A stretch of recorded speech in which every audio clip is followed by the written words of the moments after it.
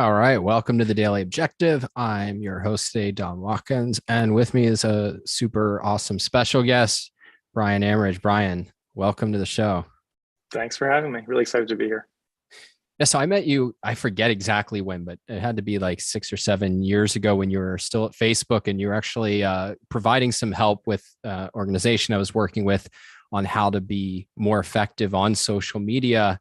And one of the things, there's a lot that I learned, but I think one of the big picture things was the importance of like thinking like the platform. Like if you want to reach an audience through a platform, you actually want to think, what is the platform trying to achieve and how can you leverage that? And I just remember, I was struggling. Like I would write a blog post and then I'd post the link on Facebook and 10 people would go to it.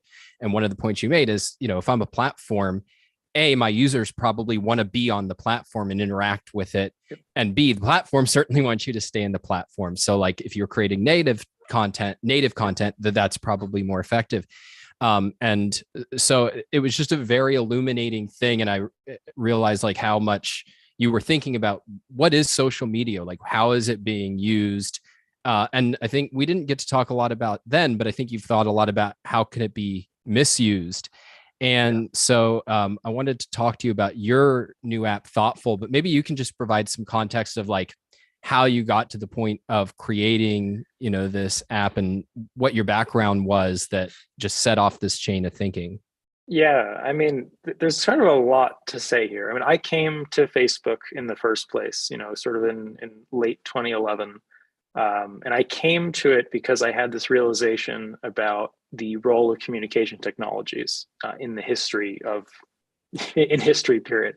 And I realized that when technologies accelerated the velocity at which, an idea could get from out of someone's head and into someone else's head, that was one of the most transformative sort of metrics of what technologies mattered. And if you look back over time, and this is very grandiose thinking, but this is kind of how I think about where to spend my time.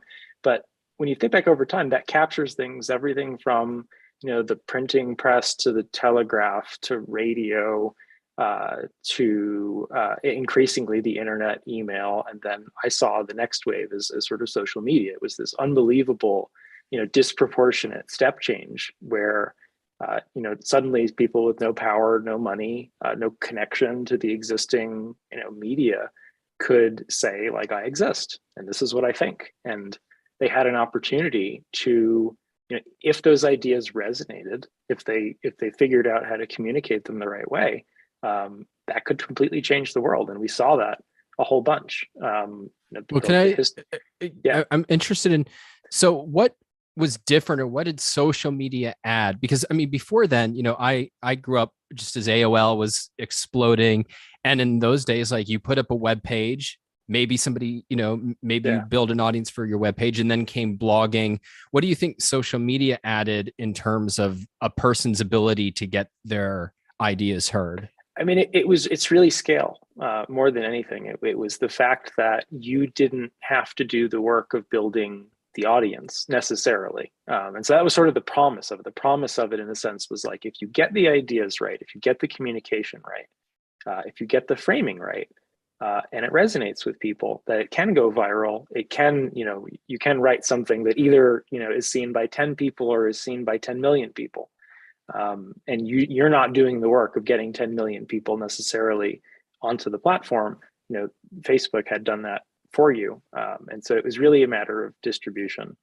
That and the fact that, you don't have to pay for that. It's not just the work of doing it. That includes the fact that it costs a lot of money to get 10 million people's attention. And so the fact that that was really not part of the barrier anymore to, this is again, the thinking was it's not part of the barrier anymore to getting attention. It's really more about the content. It's really more about the ideas that matters. And this frees you up to really focus on framing issues the right way, thinking clearly about them and communicating clearly about them. So that's what I was excited about in the first place. Early on, there were other people at Facebook who thought of what they were doing that way, thought of the potential there, were excited about that. I know Mark Zuckerberg was interested in that sort of angle of what Facebook was. But it did take me a while to understand that, I knew it in sort of an intellectual level, but I didn't know the mechanics of what it meant for that not to be all that Facebook was about. It wasn't, and the basic mechanic of newsfeed was not built to accomplish the goal that I just described. That was sort of an incidental effect of it in some ways, but that was never the primary goal. It was never really why Facebook became big in the first place. And that mattered a lot. And it took me, about 7 years to figure out the exact balance of which having these competing versions of what the social media platform could be and what it could accomplish, why that mattered so much. And it ended up mattering a whole lot because, the way Facebook works is essentially that it ranks content by some combination of popularity and engagement. And that works really well when you're talking about, the platform deciding, which of your friends' wedding photos are you going to see right now, or which of their, idle thoughts are you going to see right now. That works really well for that, for friend content. But you apply that same mechanism to intellectual content, to ideas, and you get clickbait, you get sensationalism, you get, you get all of this junk that is really fascinating, really captures your attention. It's very likely that you're going to click on it. But it's not very good. It's not only it's not very good for you, but it's also not very good for helping you figure out what's true. It's not really good at directing your attention toward intellectual content in any way. And yet that is the only, mechanism that Facebook really has for directing your attention, is essentially ranking by engagement and popularity. And so, this may be surprising for people who've heard, me talk about the incredible perils of Facebook's, what I regard as an arrogant and overbearing content policy. But I understand why it's there. If you have a feed that's ranked by engagement and popularity, and you don't have an overbearing, overly restrictive content policy, you will get that cesspool. You will get, all of the misinformation and junk rising to the top because it's more engaging. The truth is never more interesting than the incredible claims that people can make if they're not bound by the truth. And so I understand that problem. And part of why I left Facebook. I don't mean to interrupt you, but and maybe what you're going to say next will expand on this. But I really want you to drive home and contradict me if you don't agree with this. But I think what you're indicating is that it's very easy to understate how hard the problem is that a company like Facebook has to solve, right? You want people to engage with content, but if you just freely do it, you can end up with a cesspool. And then what's the alternative look like to have kind of positive engagement with some connection to the truth? Like, that's not an easy problem. But it's incredibly difficult. I mean, I think it's the most difficult and interesting problem on the internet today. And I don't think it's a solved problem. I don't think anybody has gotten it right. I think when you look at the modern quote unquote alternatives to something like Twitter and Facebook, the new platforms that are supposedly coming into being today, you see what happens when all you do is copy and paste the product, but then you delete the content policy. They become these refugees for all of the rejects from the other platforms, and barely more than that, which is not only not the audience you want to start with if you're trying to build a platform for ideas that's actually good for people. But it just gets all the incentives wrong. I mean, engagement and popularity they are flat out the wrong things to optimize for on a social media platform. And yet that's all anybody knows how to do, because it's all the alternative to that is incredibly difficult, not just technically, but more importantly, epistemologically. It requires a really, I think, unique perspective on the truth today to know how to build something that's an alternative to that. And that was one of the reasons that I ended up leaving Facebook, was like, it was not just a problem of convince people that we're doing really poorly here.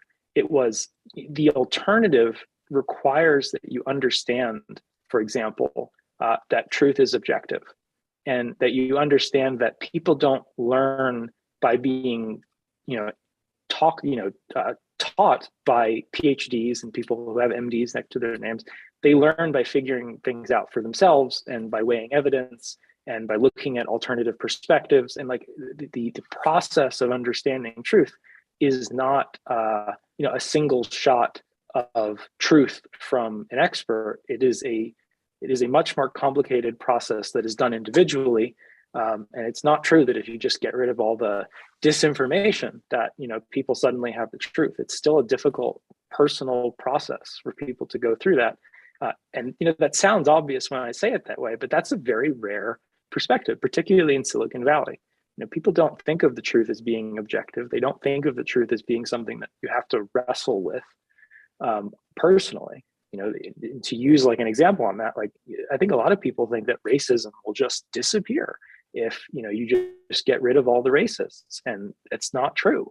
Everybody has to figure out what makes racism bad and what are the mechanics of how that works, and why is it not good for you? Why is it not good for you, your life, not just society? That's a difficult thing. Like every single person has to figure that out for themselves. They want to have a deep understanding of it, want to have a meaningful understanding of it. It's not just something where you get rid of all the bad and then people live happily ever after. Yeah, but it's surprising to hear you say that in this sense. So if I'm just judging by kind of the way that a lot of platforms operate, I can totally see that. But when I think about the kind of mentality that goes into building a startup, it seems very oriented towards the opposite. So for example, I mean, a core idea is that you need to challenge consensus, right? Because if you're just going along with the consensus, you're probably not creating much value. So, the famous formulation is, I think Peter Thiel has something like, you want, a true idea that's anti-consensus. And so you'd think that they'd be very aware of this issue, that you can't just say, well, we have a consensus truth on COVID and therefore we can promote the truth by stamping out anything that challenges that. Yeah, this is a good observation. And my answer and my understanding from my time in Silicon Valley is that it is unbelievable the degree to which people can be compartmentalized. Some of the most unique, creative, ambitious, first-handed thinkers on business and technology and like what they are doing. They can be unbelievably collective and second-handed when it comes to thinking about what they're doing in the rest of their life, what their hobbies are, when it comes to health and how they eat. And it's unbelievable when how compartmentalized people can be. And it's a shame because, again, some of my best friends and the people who I have the utmost respect for in Silicon Valley, if they took the methods that they use in their day-to-day work and they applied them to the rest of their thinking, it's just, you can't imagine the world we live in. And what it would do for their own lives. But people are compartmentalized, and there are lots of without this becoming a show about psychology, there's a lot of reasons for that. Yeah, so I want to talk about sort of how you've approached trying to make progress and headway in this issue, but I want to ask about just a couple of their like alternatives that are out there that maybe don't. They seem kind of different ways of tackling this. So on the one hand, you have something like Wikipedia that's sort of like open source but editorial, top down in a certain way, where they have standards for what we can put up there. Now, so I'd like to hear your thoughts on something like that, and then maybe contrast this with something like Reddit or Quora, which in a way it's just popularity ranking, but it somehow seems to work at least nominally better than the kind of like, I'm going to share this because I'm upset or want to impress people sort of sharing that you see more on Twitter and Facebook. Yeah, so I mean, Wikipedia they're an interesting case because I mean they're a mixed bag. On issues that are uncontroversial, I think they provide unbelievable value, and I think we've all experienced that. I mean, there's just so much you can learn. But controversy is a special category. When you get into the issues that people where there is disagreement or it's not really clear what's true or things are developing, the entire model for Wikipedia is that it presents you with a single, hopefully integrated view of what is true on an issue. And that's just, it runs counter to how people actually learn and figure out what's true on complex, controversial issues. And so, and that's the core of their model. I mean, you can imagine versions of Wikipedia that didn't do that, but they wouldn't be Wikipedia. And so that's really, I think, ultimately where it breaks down. There's a lot you can say about the process by which they arrive at sort of a consensus version of, among the editors of what's true on a given issue. And I think there's a lot about that's problematic. In fact, I think one of the co-founders of Wikipedia has done like a bunch of media about how disappointed he is about how Wikipedia has handled how the editorial process has evolved over time to become more mainstream media consensus based and not too critical beyond that. So that's my basic view of Wikipedia.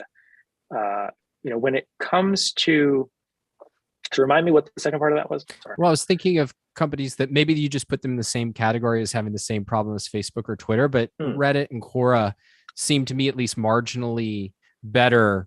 At least in terms of the outcome. Like if I search, a question on Reddit, and the stuff at the top, even on controversial issues, even if I think it's wrong, it tends to be better than what just happens to get super shared on kind of the mainstream platforms.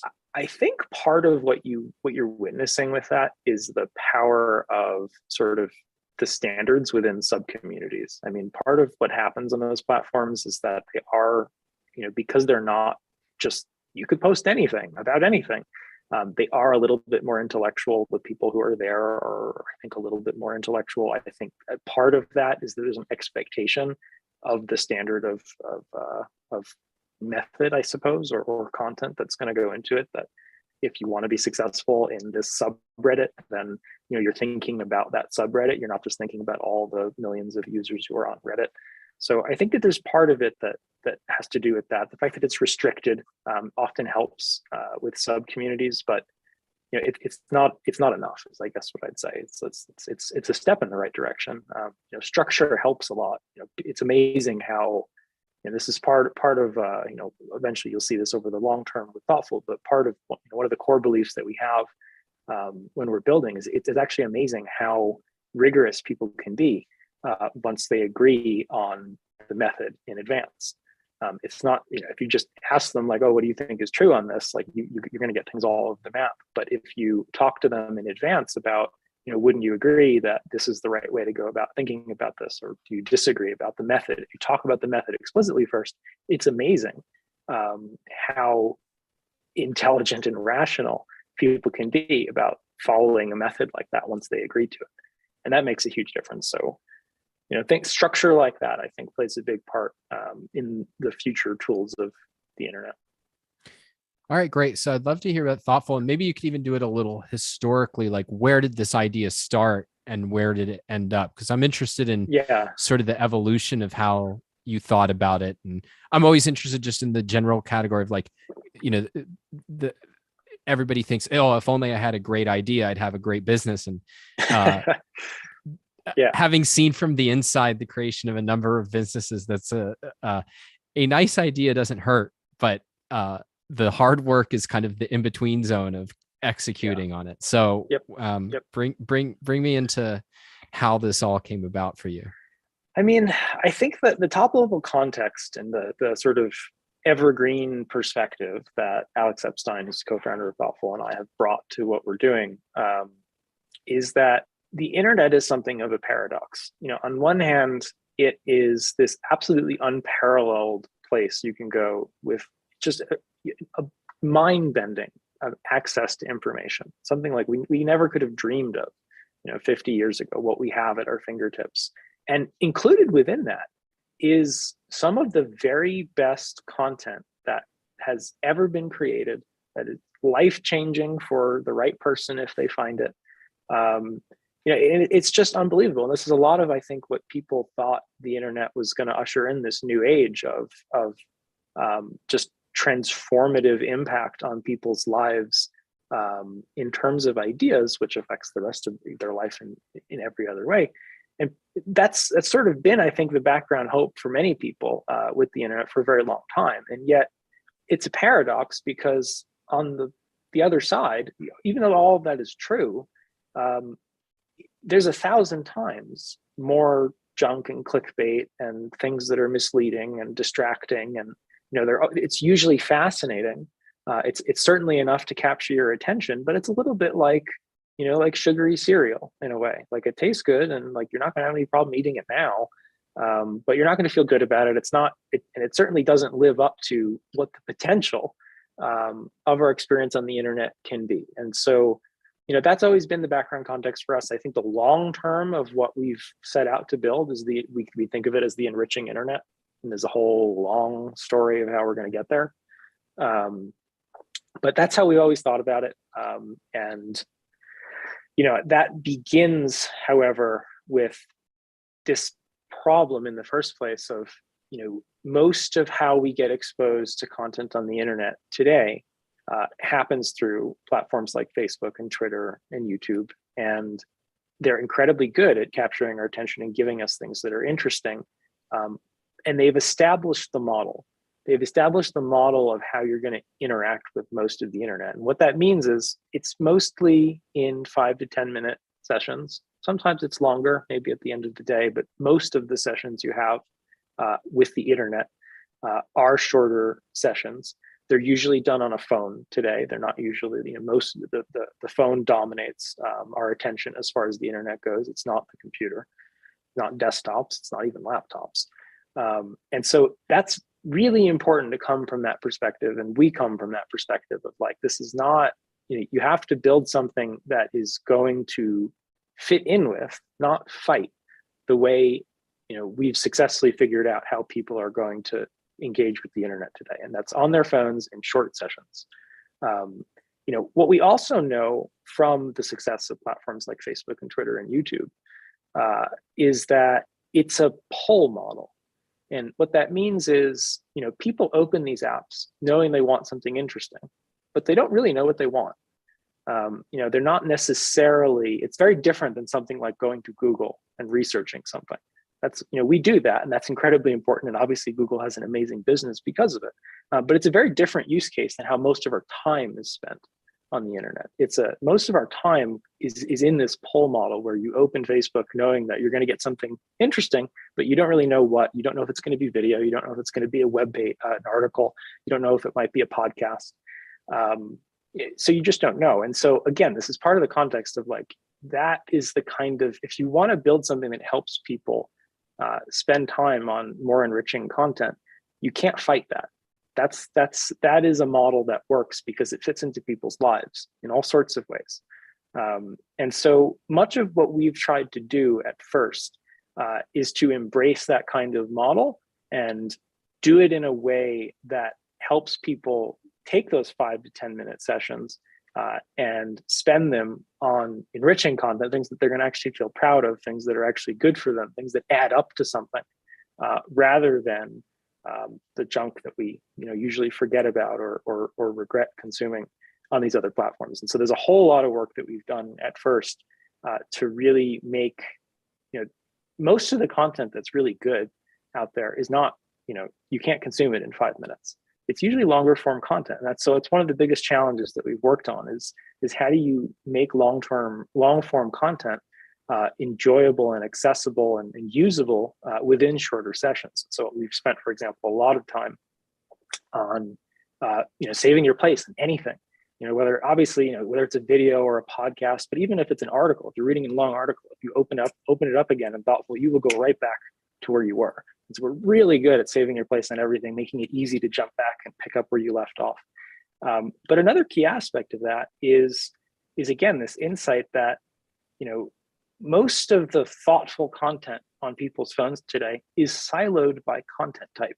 So you've got your podcasts in your podcast app, you've got your books in Kindle, maybe, maybe you've got some playlist in YouTube that's got good content in there.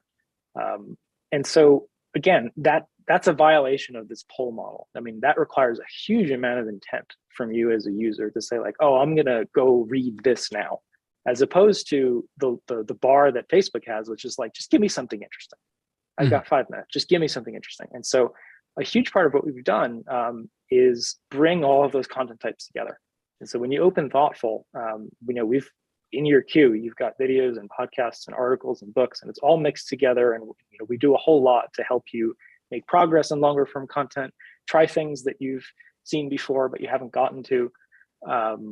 And regardless of whether you're in a mood to read, watch, or listen to something, whether you've got 5 minutes or an hour, our goal is for you to know if you open Thoughtful, just like with Facebook, you're going to get something interesting, but you're also going to get something that is actually good for you.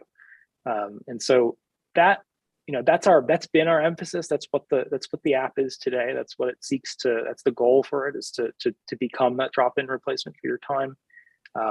And there's a whole story of how that, I think, parlays over time into the sort of more Google-esque territory of, well, there's this issue that I really want to know a lot. I want to figure out, how do I figure out what's true there? That's a really fascinating problem to us, and something that we are, everything we're doing plays into solving that over time. But for a whole bunch of strategic reasons, you don't start with that. You got to start with capturing people's attention and making it more of a habit for them to spend more thoughtful time on the internet. Well, yeah, and I mean that's such a huge value in and of itself, right? Like, yeah. I mean, if people just felt better and got more out of their time online, like, right. You've moved the ball forward in an important way. So, I mean, I guess one question that I think you've sort of touched on it, but particularly for people, because I mean, I've got to use early versions of the app, and so I have a sense of what you're doing, but like, how is even this thoughtful content getting there, right? Because one possibility is that Brian and Alex sit down and scour the internet for thoughtful content, and then that's what shows up, in your phone. But that's obviously not how you do it. So what's the key insight in terms of how am I discovering thoughtful content? Right. So there are two pieces to this today, and it's going to change a little bit over time, but we'll talk about it today. So the first piece is a really important insight that we've had, that we actually come across a lot of amazing content as it is today. Even on Facebook, even on Twitter, recommendations from our friends in person. It's actually incredible how much of it that we come across already that we just never get to, because we have that habit of pulling out Facebook. We don't. It's not really easy to put it anywhere. It ends up in all these different places, and so a big part of it is that we've made it incredibly easy for you to capture everything and put it in one place. It's super easy to do it no matter where you are, whether it's a recommendation in person or you see it online or you see a link somewhere. It's really easy to put everything in one place and capture it. And so one major source is yourself.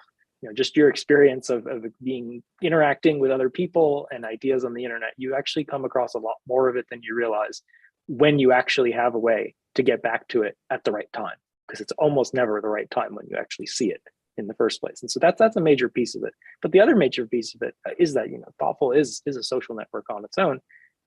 And part of how that works is, we take a lot of care to make sure that we never put things in front of you that you didn't ask for. And so you can follow people on Thoughtful, and the whole inside the app, we have the atomic unit of content on Thoughtful is not a post. It's not a link. It's a recommendation. It's a positive recommendation. It's something that you actually think is good. And so, that's what people share on Thoughtful. And, part of what we've done is, recognized that in terms of recommendations, some of the most amazing sources of content from people are not necessarily the things that they've come across in the last week or month, but they're the all-time greats. When you talk to someone and you have a deep conversation, sometimes people will share a little glimpse of the kind of content and the books and the podcasts, things like that have shaped their perspective on the issues that they're most passionate about. But what we've done is made it systematically possible for you to capture all of that. We call those top recommendations, and they live in a sort of privileged area on your profile in Thoughtful. And so whenever you find someone that you think is thoughtful, you can go to their profile and you can see the things that shape their perspective, which is, it's just you can spend your whole life going through this content because there's more of it than you'll ever have time to get to. And a lot of it is life changing if you actually spend some time on it. And so, we've made it really easy to share that stuff and follow people and make sure that the stuff that's showing up in your feed is only from people whose judgment you respect. I mean, that's what makes me nervous. I mean, I built a whole career off of taking every recommendation I ever got from Alex Epstein, and now he's giving it all away to everybody else. So I need to watch out. But no, I mean, I think that's it's so true. I mean, to put it seriously, like, that's one thing that I've always prided myself on, that if somebody I respect recommends something, like proactively says, hey, read this book or watch this movie or something, like, I'm going to take them up on it right away. So for instance, I got teased by Mark Pellegrino on this channel last week because I had never seen Alien. He said, you've got to watch it. So that's exactly what my wife and I did on our next date night was sit down and watch Alien. So like to have kind of an app geared to like, let me find people I admire and respect and who I think are able to give great recommendations. And then all I get is just the stream of recommendations. Right. Like there's nothing like that that's out there. No. To the extent it exists, it's buried in 10,000 other things. Exactly. In different formats. And then it's, even if you get a good recommendation on Twitter, as you say, I'm probably not ready to do anything with that right now. Very So what rarely a happens good to time. it? Yeah, exactly. And so, we've also extended that to the way, subscriptions work. And so, right now you might have your podcast subscriptions in your podcast app, and you might have, if you're an old timer, you might have like an RSS reader to subscribe to people's blogs. Or you might be getting people's newsletters in your email. And one of the most powerful things we found is that if you pull all of the things that you actually think are thoughtful into one place, if you pull your blog subscriptions and your newsletters and your podcasts and your YouTube channels that are actually, good for you into one place, that's an amazing experience. And so we've replicated all of that. So you can subscribe to all of these different disparate content sources and have them pull those things into a single feed. And it over time, when you have enough of these sources, it does become a place where, when you open it, you're either going to be able to go back to something that was amazing before, which is great to actually make progress on, or you're going to discover something new from any of these sources, which is, and the feedback we've gotten so far has been consistent with that, which is like, there's something of a, we're still struggling in a certain sense because there's a little bit of a learning curve to this. Like you've got to get everything set up the right way. But when you do, boy, does it click with people. I mean, it's just, I know from inside Facebook how much new social networks struggle to get significant time spent from new users. But it is incredible that when people get past that hump on thoughtful, it's very clear it becomes a very meaningful habit for them. So I want to go to our super chatters. Thanks everybody who's donated. Thanks, Jonathan. Kathleen says, sounds very interesting. When coming to Android? This is definitely like the number one question we get. I'm sorry, not today is the short answer. Right now, it's just Alex and I. We've yet to take any external funding, which is a whole story on its own. We expect actually to raise some money this year and hire an Android engineer who's going to help bring this to Android, but not yet. Mary Aline, thank you for the super chat. Says this is a fascinating, incredible conversation. Appreciate that. Enric says, how do you get registered on Thoughtful? Yeah, great. Thank you. So the short answer is you go to thoughtful.community/Brian. Okay, so everything Thoughtful is a referral only community, but because you're hearing this and you're hearing it from me, you can sign up using my referral. So it's thoughtful.community/Brian, and you can sign up. Wyatt, thank you for your super chat. Has Facebook become better or worse since your, I assume he means you, Brian, 2018 post? Well, just to give some context for people who don't know, you wrote a viral post when you were leaving Facebook. Maybe you can just give a little background on that. Yeah. So, I mean, the short version of this is that I noticed two things in early to mid 2018. The first thing was I noticed that Facebook's content policy was evolving in a direction that was totally incompatible with the platform for ideas, where they were just top down deciding what was true on controversial issues and prohibiting people from talking about it. And the hate speech policy became broader and broader and broader as different identity groups over time asked for special treatment. And there seemed to be no defense of it, no offense against it either inside the company. And so I started talking about that and internally, because I thought it was a problem for the mission of the company. And I very quickly found that the opposition to me even, starting to talk about these issues was incredible. I mean, people tried to shut me down with ferocity that it was an unbelievable experience to see people whose judgment I really previously respected were just saying like, look, I agree with you on this, but like, I can't touch this with a 10-foot pole. I will not say anything about this to anybody because I'm going to get fired. And there was this culture of fear. And so that became, the issue that I started focusing on. I started talking about how problematic that kind of culture I called it a political monoculture, where it was if you had any opposition to sort of mainstream left-leaning views, you just couldn't talk about it. And that mattered for a company that's dealing with political issues on the platform. And so I started trying to talk about it, rallying around, eventually we had like well over 1,000 employees who were rallying around the cause of trying to become less of a political monoculture. And then for me, I was hoping that would translate into a better content policy for us to be a platform for ideas. But it became clear over time that maybe the internal cultural issues might get sorted out. I had more confidence in that, but it became very clear after a number of conversations I had with C-suite people at Facebook that the hate speech policy, the content policy, their views on those issues were just diametrically opposed to mine. And to put it uncharitably, I concluded they had like a kindergarten level understanding of epistemology. Their view of like what it took to be a platform for ideas was just never going to work. It didn't make a difference how persuasive I was unless I replaced Mark, which is not going to happen. It wasn't going to be the place to be the platform for ideas that I wanted. And so I left.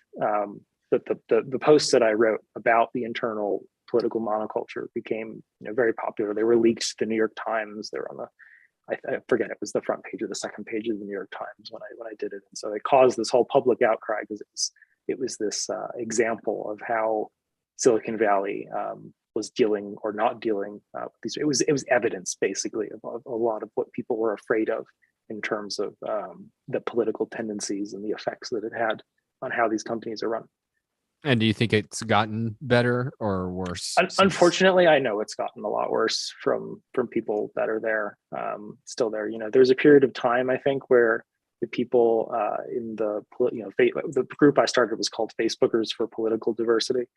There's a group of time where I think that they were pushing in the same direction that we had been before, but it sort of fizzled out. I think a lot of people like me left the company, which it really just left them with the people who didn't think it was a problem in many ways. So attrition at Facebook has been really bad. It's been really bad over the last few years. It's very few of the sort of like OG people I know at Facebook who I thought were incredible and made the company what it was are still there. Very few. I can probably count on one hand, unfortunately. So Mary Elaine says this may be worth switching to an iPhone. That's you put that on the website. I think so. Eric says, I find useful things all the time in the internet, but my method is bankrupt. I have 12 browser windows with over 100 tabs. Can this app help me? Oh yeah, I mean, this is perfect for what you're looking for. I mean, it's literally one click from a browser to get something into Thoughtful. It'll be categorized correctly as a video versus an article versus everything be categorized correctly. And then once you consume it in Thoughtful, it'll save your progress on everything, make it easy to come back to, remind you to come back to it if you forget. So it's much more powerful than just having bookmarks all over the place. I want to come back to something you said that is your kind of one of your current challenges, which is like people getting things set up. And I super understand how hard a problem that is, because I'm one of those people in the sense that like I will not play games where I have to read the instruction booklet. Like what's the one, Settlers of Catan? Like, no. If there's any front end work, if I can't just instantly use it, like I'm just not willing to go through that. So I really sympathize with what you're talking about. In fact, there was a different app that I was using for a completely different purpose called Notion, and it looked really powerful, but I knew I was going to have to watch like 30 minutes, 40 minutes of videos just to get things set up and make it usable. And I just said, nah, I'll just use Evernote, even though it's subpar. I'm familiar with it. How do you think about trying to conquer that kind of challenge? Because it seems really hard.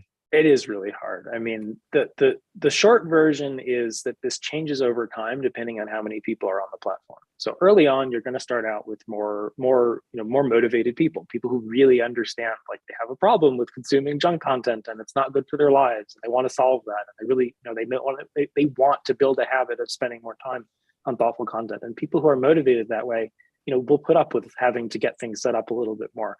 But what happens over time is, we've got this pretty cool feature called Explore, which is a whole nother story talking about how it works. But we've basically made it easy for you to just jump in. And then this is part of why Thoughtful is referral only. We need to know something about whose judgment in some way you kind of respect in order to show you content in the first place. And so Explore makes it possible for you to just jump into something pretty incredible content, get that in your queue, start consuming it. Because again, and part of the why that works is, again, it's a pull model. People are at this point not necessarily trying to learn about a specific topic. They're really just, they want to spend their time in a more thoughtful, enriching way on the internet. And so that's one way to do it. And as the network gets bigger, Explore gets better. It becomes much easier for somebody who is less connected to anybody else in the network to just find enough stuff to satisfy their attention to get started.